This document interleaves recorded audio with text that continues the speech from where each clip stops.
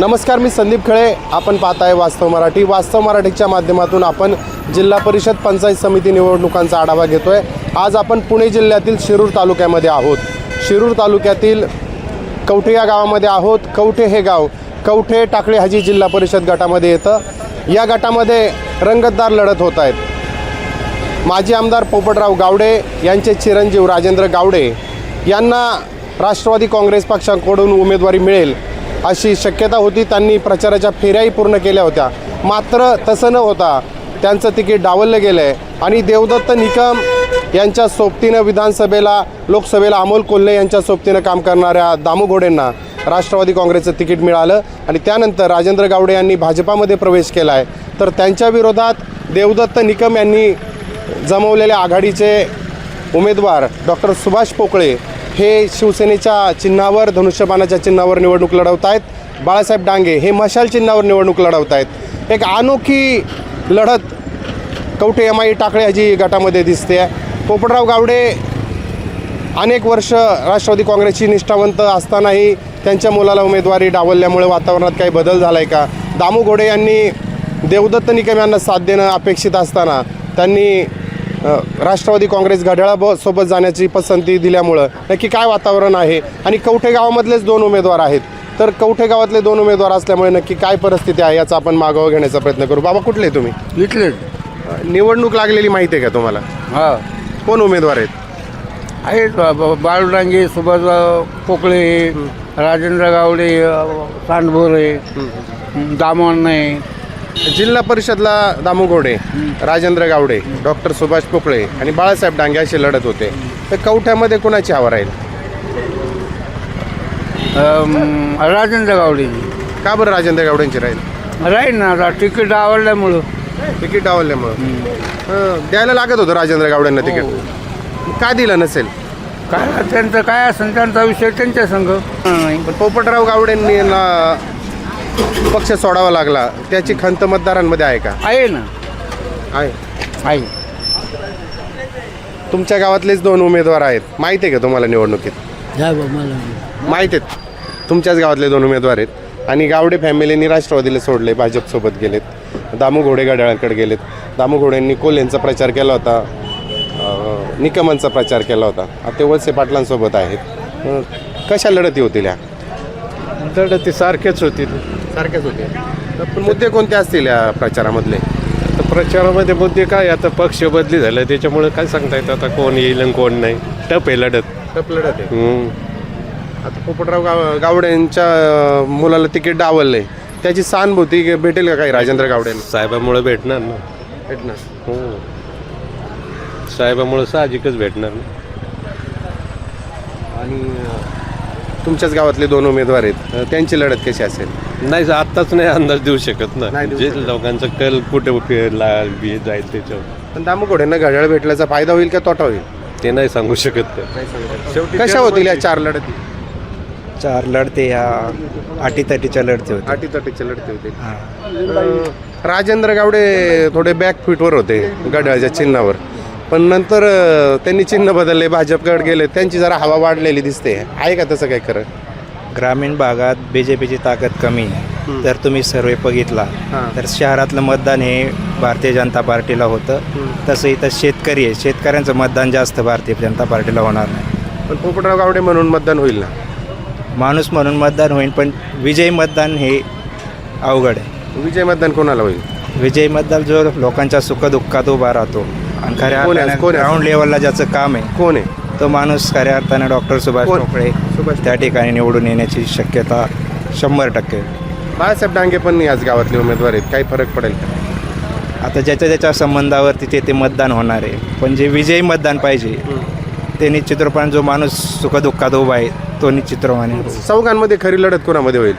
खडी लढत तसं पाहिलं तर भारतीय जनता पार्टी आणि धनुष्यबाण या दोनमध्येच होईल. म्हणजे राजेंद्र गावडे आणि डॉक्टर सुभाष पोकळे. आज लोकांचा जर रिव्ह्यू पाहिला तर हे दोनच मध्येच खडी लढत होईल. काय वाटतं तुम्हाला? अशी होईल लढत हे म्हणतात तशी? नाही, एकतर्फी नाही. एकतर्फी कोण येईल निवडून? बाळासाहेब डांगे. का बरं तुम्हाला वाटतं बाळासाहेब डांगे? ओपनची जागा होती ती. मराठा समाजाला ओपनची जागा होती. पण निवडणुकीत जातीपातीचं राजकारण चालत नाही. नाही चालत.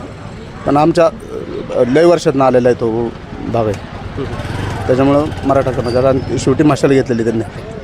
हे पोपटराव गावडेंना सगळ्यांनीच ते स्वार्थासाठी, त्यांच्या स्वार्थासाठी जे ते आपले गेलेले जे ते पक्ष सोडून जनतेने आपला स्वार्थ पाहिला, स्वार्थासाठी ते गेलेले. पण त्यांना डावललं म्हणून गेलेत असं म्हणतात. नाही डावललं नाही त्यांना, ते त्यांच्या स्वार्थासाठी गेले. त्यांना पहिलंच माहिती होतं हे तिकीट नाही आपल्याला. त्यांनी कवरही काय केलं तरी त्यांना तिकीट त्यांनी तर प्रचाराच्या फेऱ्या पूर्ण केल्या होत्या. केल्या होत्या त्यांनी प्रचाराच्या फेऱ्या.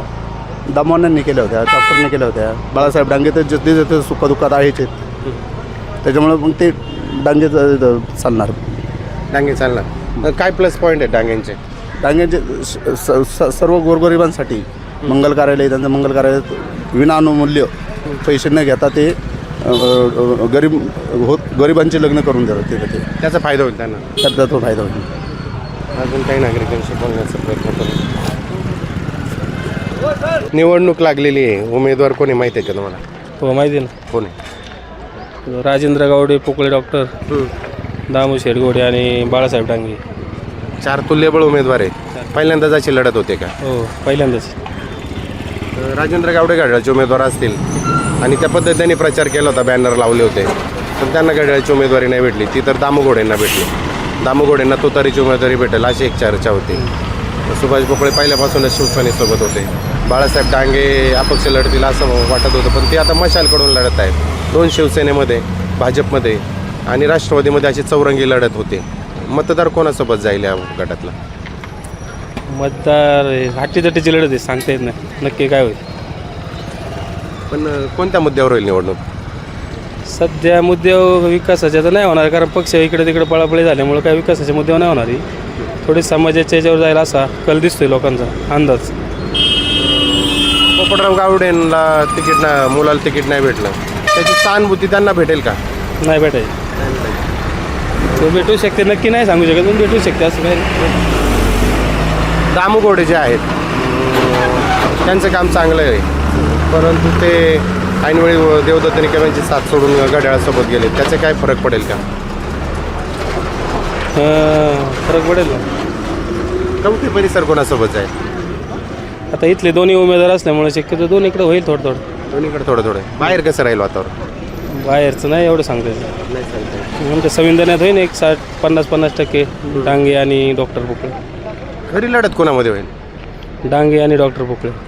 काही म्हणतायत राजेंद्र गावडे आणि डॉक्टर पोकळेंमध्ये होईल. पक्ष बदलामुळे अवघड आहे. पक्ष बदलामुळे अवघड आहे. बाबा, निवडणूक लागलेली माहिती आहे का? मला काय ऐकायलाच येत नाही, ते काय बोलत निवडणूक लागलेली माहिती आहे का?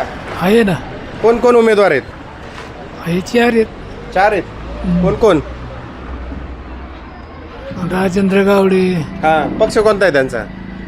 ते वर हा, वर काय आहे, भाजप आहे. भाजप. अजून राजेंद्र गावडे. दुसरा उमेदवार? अण्णा आहे. दामू घोडे, हम्म. डॉक्टर सुभाष पोकळे, बाळासाहेब डांगे. हा. आता कोणाच्या सोबत जातील लोक? काय पसंती असेल ते सांगतात ते. आपण आता 4 उमेदवार आहेत. पोपटराव गावड्यांच्या पोराला घड्याळांनी नाही उमेदवारी दिली. इथं आहे डॉक्टर पोकळे हवा. पोकळ्यांची हवा आहे. का बरं पोकळ्यांची हवा आहे? आहे कार्यकर्ता गावात चांगला तडाडीचा आहे.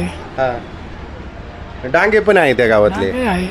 आता कसं गावातले 2 उमेदवार म्हणलं? त्याचं तुझं कर्म. कर्म. हा. पोकळेला चांगलं जन्मत आहे. हा, चांगलं काय वाटतं तुम्हाला? कशा लढत? आता ते सांगितले तेच, बाकीचं काय आम्ही सांगणार आहे? काय नक्की त्यांचं तुमचं मत कसं एक असू शकतं? आहे ते बरोबर आहे. पोपटराव गावड्यांच्या चिरंजीव राजेंद्र गावडेंना उमेदवारी नाकारली. त्याची काही सहानुभूती त्यांना भेटेल का? भेटेल ना. त्यांच्या कामाचा मोबदला असला, चांगला असला तर ते भेटेनच का? आता मी एकटाच काय सांगू? तुमचंच नाही मत विचारत, लोक काय म्हणतात? लोकांना नाही अजून चर्चा नाही झाली, काहीच नाही झाली. सांगितलं लोकांना काय झाले? लोकांना पैसा आहे मोकार. हा, चोरीचा काही, लबाडीचा काही, हा, आणि त्यामुळे लोक निवडणूक उभी. हा. मग आमच्याकडे एक फक्त डॉक्टर साहेब आहेत ना, एक सरळ माणूस. कोणता पक्ष आहे त्यांचा? पण पक्ष नाही मला माहिती बा. 205 नाही. धनुष्यबाणे हा. येतील का निवडून? हो 100%. त्यांच्या पुढे राजेंद्र गावडे, दामू घोडे. ते काय माहिती नाही आम्हाला. हा? ते नाही माहिती आम्हाला. पण तिकडे मतदान घ्यावं लागेल ना त्यांना. काय आला आणि नाही दिलं काय बिघडलं काय तेव्हा? निवडून यायचं म्हणल्यावर सगळ्या भागातून मतदान व्हायला लागेल. नाही होईल ना. मग मतदान यांनाच होणार ते. काय वाटतं तुम्हाला हे म्हणतात डॉक्टर पोकळे निवडून? त्यांच्या मताशी मी सहमत आहे. तिकडून दोन्ही जे उमेदवार आहेत त्यांच्या 4 गावामध्ये ते सक्षम आहेत. हां. पण तिथून पुढं डॉक्टरचं काम चांगलं आहे. कोणत्या गावांमध्ये? त्यांचे डोंगरगण, म्हसळ, टाकळी, शेनगरवाडी या भागामध्ये ते दोन्ही सीटं चालतील. दामोगोडे आणि राजेंद्र गावडे. आणि राजेंद्र गावडे. पण पुढं वडनेरपासून जांबूत, चांडो, फाकटे, देवगाव, पिंपरखेड, काटापूर ही जी गावं आहे इथं डॉक्टरचं वर्चस्व राहील.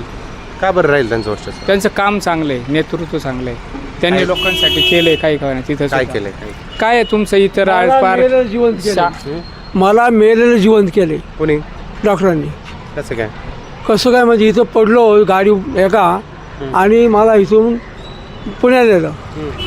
तर आमचं माझं मैत तिथं मैत म्हणजे जिवंत असताना तिथं पोहोचण्यापूर्वी डॉक्टरची पोहोचली माझा शोध घेण्याकरता असे येते.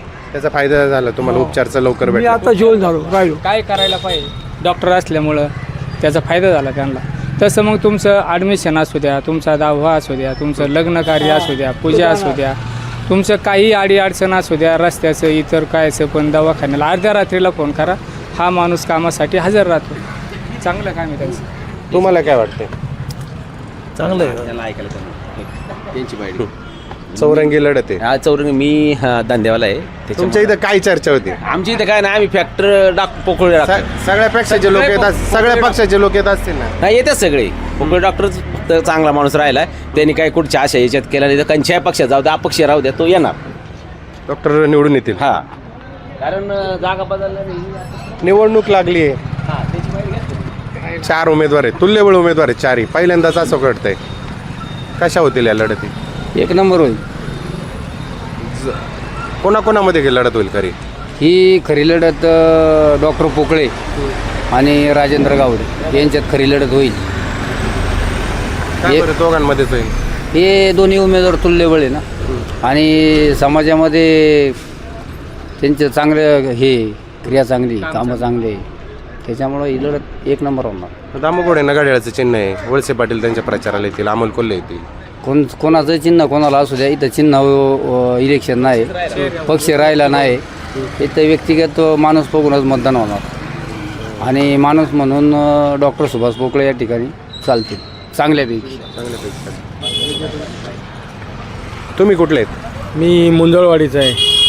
निवडणूक लागली जिल्हा परिषदेची, 4 उमेदवार आहेत, कोणाची हवा आहे? आता हे याच्यात खरे 2 उमेदवार तुल्यबळ आहे, डॉक्टर पोकळे आणि राजेंद्र गावडे. आता कोण बाजी मारीन याचं सांगता नाही, कारण जनतेचा कौल आहे. पण हे दोन्ही नेते सक्षम आहे आणि यांचं कार्य करायचे धडक आहे दोनात पण. म्हणून दोहीपैकी खरे दोहीतच लढत आहे. मग याच्यात कोण लागन ते सांगता येणार नाही. जनता जनार्दने ते काय कौल कोणाच्या बाजूने देतील सांगता येणार नाही. लोक दामोगोडे घड्याळाचं चिन्ह आहे, वळसे पाटील त्यांच्या प्रचाराला येतील.